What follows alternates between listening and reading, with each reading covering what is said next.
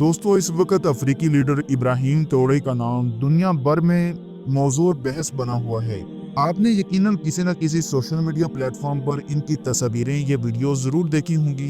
कई दहाइयों बाद अफ्रीकी बरआज़म में कोई ऐसा ईमानदार लीडर सामने आया है जो बहादुर भी है और न सिर्फ वो अफ्रीकियों के हक की आवाज बुलंद कर रहा है बल्कि अमेरिका, बरतानिया और फ्रांस जैसे ताकतवर ममालिक को चैलेंज भी कर रहा है और इन जैसे ममालिक के मजालम को भी दुनिया के सामने बेनकाब कर रहा है। तभी दोस्त रूसी सदर व्लादिमीर पुतिन ने इब्राहिम ट्रोरे के बारे में यहाँ तक कह दिया कि वो आने वाले वक्त में मुसलमानों के सबसे ताकतवर और अजीम लीडर बनने वाले हैं।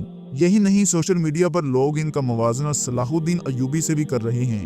इनका चाल डाल और बोलने का अंदाज बिल्कुल सलाहुद्दीन अय्यूबी की तरह है। आपको बताते चले कि इक़्तिदार में आते ही इब्राहिम ट्रोरे ने सबसे पहले फ्रांस की आर्मी को अपने मुल्क से बाहर निकाल दिया था। इसके बाद गजा के मसले पर इसराइल और इसके हामियों की खुलकर मुखालफत की। सिर्फ इतना ही नहीं, अपने स्याह रंग की वजह से वो खुद को हजरत बिलाल हबशी के खानदान का बता रहे हैं और बता रहे हैं कि पूरी उम्मत मुसलमा ये समझ ले कि कौम अपने आप को यतीम न समझे। तो आज की इस खास वीडियो में हम इब्राहिम ट्रोरे की मुकम्मल कहानी तफसील से आपको बताएंगे और ये भी बताएंगे कि क्यों आने वाले चंद सालों में वो मुस्लिम दुनिया के सबसे बाअसर और ताकतवर रहनुमा बन सकते हैं।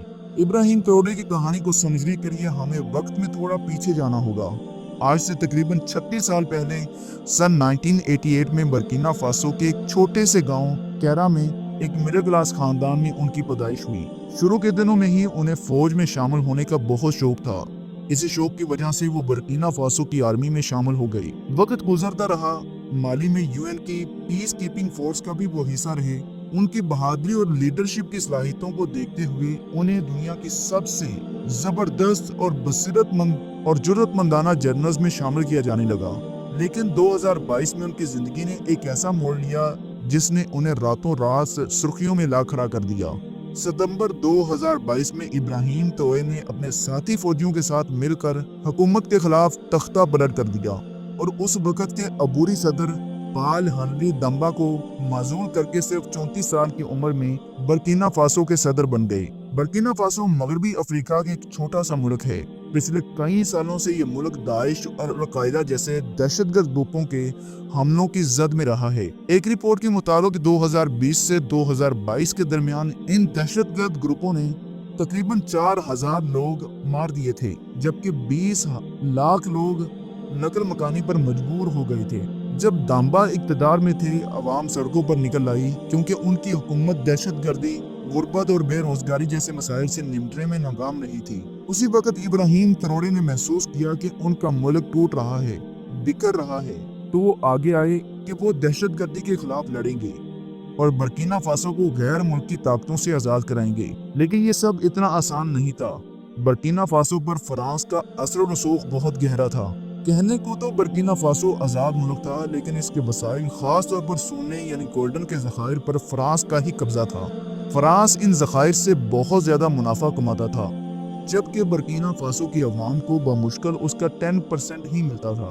इसी नाइंसाफी को देखते हुए इक़्तिदार संभालते ही इब्राहिम ट्रोरे ने फ्रांस को बाहर फेंका। फ्रांस की आर्मी बर्किना फासो में मौजूद थी और फ्रांस कोई छोटी मोटी ताकत नहीं बल्कि दुनिया की बड़ी सुपर पावर में शुमार होता है। लेकिन इब्राहिम ट्रोरे ने साफ कह दिया, अगर फ्रांस अपनी आर्मी को नहीं निकालेगा तो हम जंग के लिए तैयार हैं। कहा जाता है कि फ्रांस के सदर इमैनुअल मैक्रोन बर्किना फासो में उलझना नहीं चाहते थे। वो ट्रोरे की फौज से टकराव नहीं चाहते थे।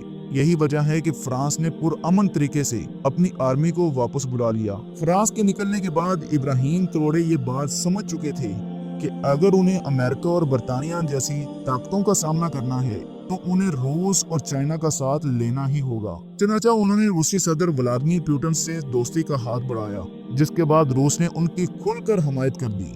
रूसी सदर ने उन्हें मुस्तकबिल का बड़ा अजीम लीडर इकरार दे दिया और रूस की जानब से बर्किना फासो की फौजी साजो-सामान भी फराहम किया गया।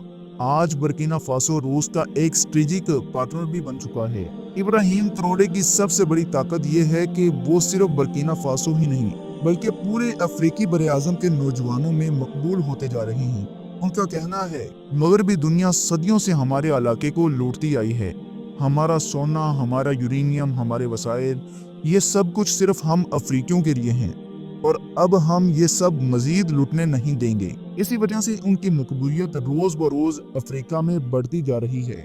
इक़्तिदार में आने के बाद से ही इब्राहिम ट्रोडे मुसलसल इसराइल के खिलाफ बोलते आ रहे हैं। उन्होंने इसराइल, अमेरिका और बरतानिया जैसे ममालिक की खुलकर मुखालफत की है। यही इब्राहिम ट्रोडे जैसे लीडर का असर है कि जनूबी अफ्रीका ने इसराइल और अमेरिका को इंटरनेशनल कोर्ट ऑफ जस्टिस तक खींच लाया है।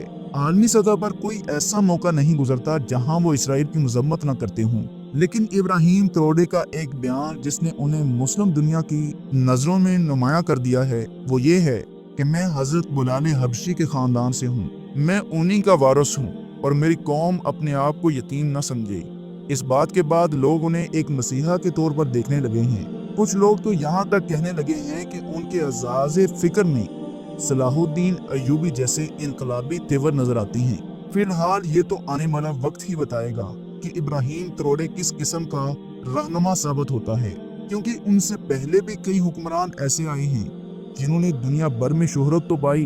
उनकी बड़ी मिसाल सद्दाम हुसैन और जनरल कज़्ज़ाफ़ी उनकी सबसे बड़ी मिसाल हैं, लेकिन वक्त के साथ ना उनकी हुकूमत रही और ना ही वो खुद। आपका इब्राहिम ट्रोडे के बारे में क्या ख्याल है? अपनी कीमती राय का इज़हार कमेंट सेक्शन में ज़रूर दें। अगर आपको ये हमारी एफर्ट्स पसंद आई हो तो इस वीडियो को लाइक कर दें और ज़्यादा से ज़्यादा शेयर करें। फिलहाल हमारी इस रिपोर्ट में इतना ही। इजाज़त दीजिए, शुक्रिया। जय पाकिस्तान, जय हिंद।